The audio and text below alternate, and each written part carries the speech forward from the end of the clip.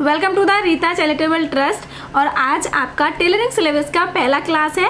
आज के क्लास में मैं आपके साथ शेयर करूंगी कि कौन कौन सी चीज़ों की आपको ज़रूरत होगी सिलाई के लिए, और कुछ मशीन्स के भी आपको यहाँ पे डिटेल्स बताऊंगी, जिससे कि आपको समझने में आसानी हो जाएगी कि आगे जो क्लासेस होंगे उनमें क्या क्या चीज़ें आपको लेना है और क्या नहीं लेना है। तो आज का जो क्लास होगा ना, इसमें जो भी दिखाया जाएगा उसमें आप नोट डाउन कर लीजिए और उनको आप परचेज़ कर लीजिएगा, मार्केट से लेकर के आ जाइएगा। तो इंच टेप हमें मेजरमेंट के लिए चाहिए होता है। इंच टेप में किस तरह से होता है, देखिए इंच टेप एक वो आएगी टेलरिंग चौक, जो कि ये है। के बाद आपको ज़रूरी चाहिए वो है कैनवास। तो ये है पेस्टिंग वाला कैनवास, तो इसको क्या करते हैं पे। उसके बाद आप देखिए इस तरह की पिन्स आती है, ये पिन होती है जिनको दो कपड़े हम जब जोड़ते हैं तो उनको इस तरह से रख करके उस पर हम पिन लगा के अंदर। उसके बाद आपको लेना है टिच बटन, ये इम्पॉर्टेंट चीज़ है। जैसे कि कुर्ती, ब्लाउज जो भी आप सिलोगे उनमें हम लगाते हैं टिच बटन। टिच बटन कंधे पे लगाई जाती है, जिससे कि हमारी जो ब्रास स्टेप होती है वो बाहर ना निकले हमारे गले से, और हमारा जो नेक है वो भद्दा भी ना लगे। तो उसके बाद देखिए इस तरह की ये है पाइपिंग। ऐसे पाइपिंग मार्केट में अवेलेबल मिलते हैं। ये सिल्वर कलर की पाइपिंग है, देखिए धागा इसमें लगा हुआ है। उनको हम खुद बनाते हैं, तो उसके लिए हमें चाहिए होती है डोरी। तो इस डोरी की हेल्प से हम पाइपिंग खुद बनाते हैं और जहाँ चाहे वहाँ लगा सकते हैं। खुद की मर्जी से गुन बनानी होती है, जिससे कि हमारा जो नेक है या फिर कोई भी चीज़ है बहुत फिनिशिंग के साथ तैयार होता है, बहुत अच्छा लगता है। अब उसके साथ आपको चाहिए धागा। देखिए इस तरह से, ये मैंने दो ही कलर के आपको दिखा रही हूँ, तो आपको पता ही होगा ये धागा रील्स या फिर गट्टक जो जहाँ रहते हैं उसके हिसाब से बोलते हैं इनको। तो इस तरह से ये एक्स्ट्रा में आप नहीं परचेज करेंगे, जो भी कलर आप यूज। अब उसके साथ हमें एक चाहिए ये कर्व स्केल। तो देखिए ये वाली जो स्केल है ना, इसको हम नेक डिज़ाइन बनाने के लिए, नेक कट करने के लिए करते हैं। ये वाली स्केल है जो गले को कट करने के लिए काम आता है, जिससे कभी कभी क्या होता है कि गोल गला नहीं कट पाए, नहीं निशान लग पाए, तो आप इससे मार्कर हो, स्केच वगैरह हो आपके पास तो आप ले सकते हो, ठीक है। तो जो भी आपको सही लगे वो आप ले सकते हो। अब उसके बाद हमें चाहिए डोरियाँ। देखिए इस तरह से डोरी हैं, ये मार्केट में अवेलेबल होते हैं। 5 रुपये मीटर, 3 रुपये मीटर, बहुत आसानी से किसी भी मार्केट में मिल जाएंगे आपको। तो इस तरह की डोरी आती है इस हिसाब से, ठीक है। आधी इंची चौड़ी लेस है, पतली वाली है, ज़्यादा चौड़ी नहीं है। लेस हर तरह की आती है, 2 इंची, 3 इंची, 4 इंची, जैसा भी हम परचेज करते हैं। उसके बाद आपको ये हुक खरीदना है। हुक का आप पैकेट ले सकते हो, जिसमें कि 100 पीसेज आते हैं। 5 रुपये, 10 रुपये, 15 रुपये, इस तरह के अलग अलग वैरायटी में आते हैं। अच्छी क्वालिटी का लोगे तो 10 या 15 में पैकेट मिल जाता है, ठीक है। ये हुक है जो ब्लाउज में यूज कर सकते हो। उसके साथ कुछ आपको इस तरह के मोती या फिर बीड्स वगैरह भी चाहिए होंगे डिज़ाइनिंग के लिए। देखिए मोती लेस होती है, तो मैं इस तरह से रखती हूँ क्योंकि हमें कई बार क्या डिज़ाइन करना होता है तरह तरह की चीज़ों को निकाल के। ये 100 बटन है, जिसको वाइट कलर का, ये ब्लैक कलर का है। ये भी बटन है जिसको हमने फैब्रिक से बनाया हुआ है। ये देखिए फ्लावर वाला 100 बटन है, जिससे हम कोई भी डिज़ाइन बनाते हैं तो वहाँ आ सकता है, ठीक है। और उसके अलावा आपको चाहिए एक डायरी, जहाँ पे आप मेंटेन करोगे अपने कस्टमर्स या खुद के सारे जो मेजरमेंट होते हैं। तो देखिए मेरे पास ये डायरी है, ऑलमोस्ट ये डायरी मेरी भर चुकी है। तो बहुत ज़्यादा जो भी इस तरह के काम होते हैं ना, हमें लिखना होता है, सारे डाटा हम लिख। और आपको परचेज़ करना है, देखिए इस तरह से ये चार्ट पेपर आते हैं, जिसमें हम ड्राफ्टिंग बना करके सीखेंगे।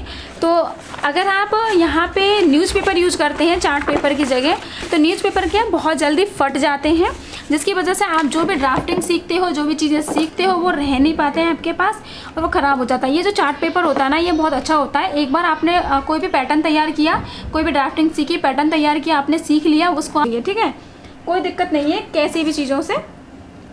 और देखिए इस तरह से स्केल्स आती है। ये कर्व वाली स्केल है, जिनको हम पैंट की कटिंग में बेसिकली यूज करते हैं सबसे ज़्यादा, और लॉन्ग स्लीव और स्लीव की कटिंग में, ठीक है। तो इसको कर्व स्केल बोलते हैं। और एक ये है स्ट्रेट वाली, ओके। तो ये वाली भी स्ट्रेट लाइन बनाने में काम आती है। बेसिक सी नीड्स जिनकी ज़रूरत होती है हमें सिलाई के काम में।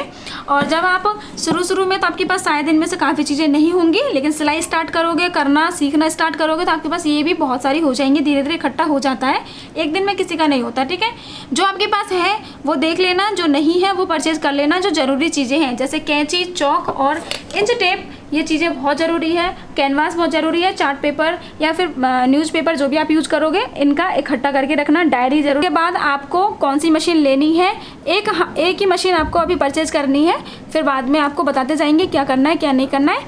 सो गाइज, तो ये है हाथ वाली मशीन, जिनको घरेलू मशीन भी बोलते हैं और लगभग सभी घरों में मिल भी जाता है। ठीक है, तो इस तरह से हाथ से चलाना होता है इस मशीन को, और इसकी है ना स्पीड थोड़ी कम होती है जो हमारी टेलरिंग मशीन है। सो गाइस, तो ये है दूसरी मशीन जो टेलरिंग मशीन है।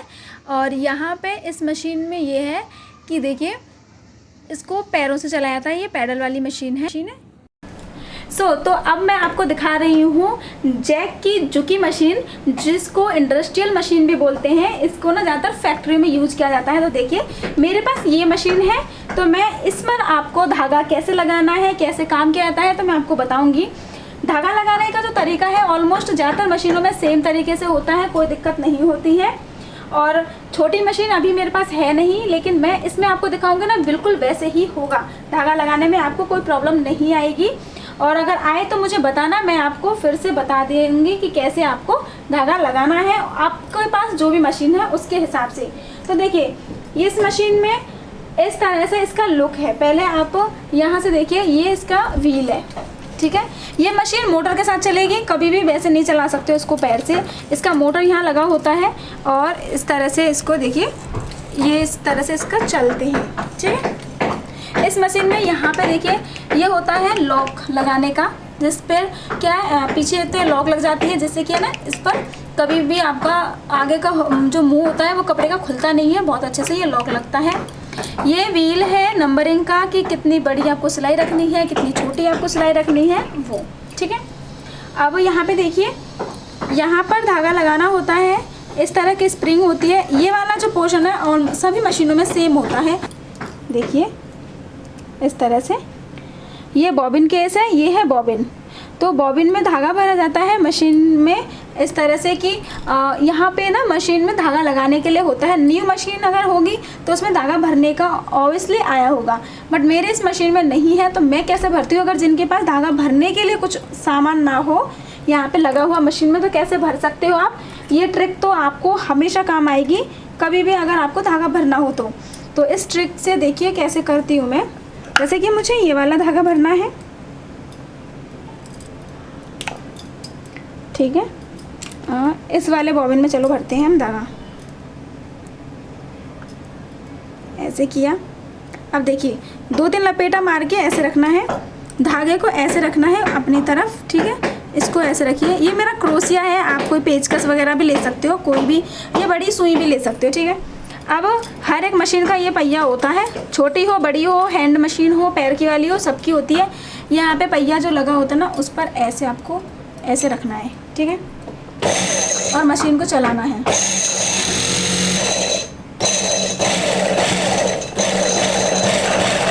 जैसे मैं हाथ को कर रही हूँ ना, बिल्कुल वैसे ही करना। ठीक है, ऐसे ऐसे करके आपको चलाना होता है, जिससे क्या है आप अच्छे से धागा भर पाते हो। बाहर आ गया, देखिए ये वाला धागा बिल्कुल डार्क कलर का है, तो इसलिए पता नहीं चल रहा। देखिए दोनों आ जाता है बाहर। ठीक है, और ये हो गया। तो इस तरह से धागा लग जाता है, और धागा लगाना बहुत आसान है, इतना टफ नहीं है। फिर भी दिक्कत आए तो मैं बता रही हूँ आपको बार बार कि आप मुझसे पूछ सकते हो।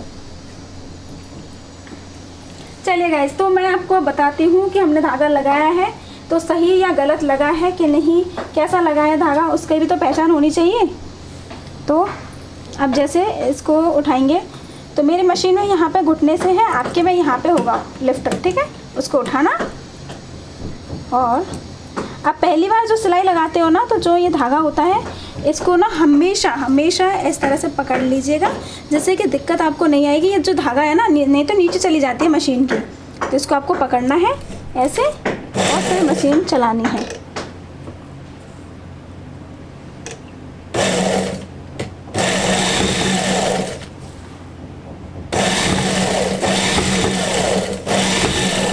ठीक तो देखिए सिलाई आप देख सकते हैं दोनों तरफ से, ठीक।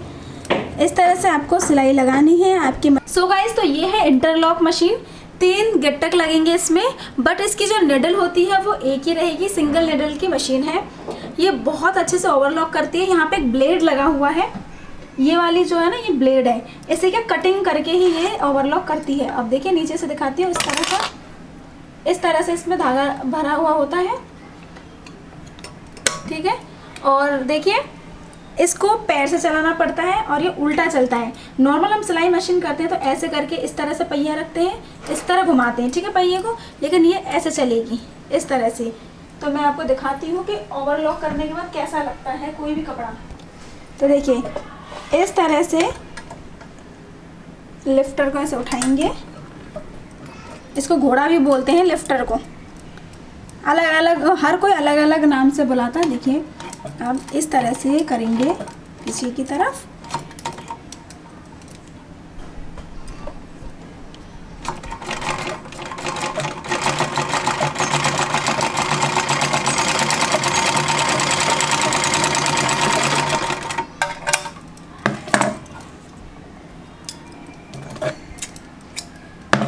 अब देखिए गाइस, तो इस तरह से ओवरलॉक हो जाता है और जो भी एक्स्ट्रा फैब्रिक होता है ना इधर उधर वो कटिंग करके निकल जाती है।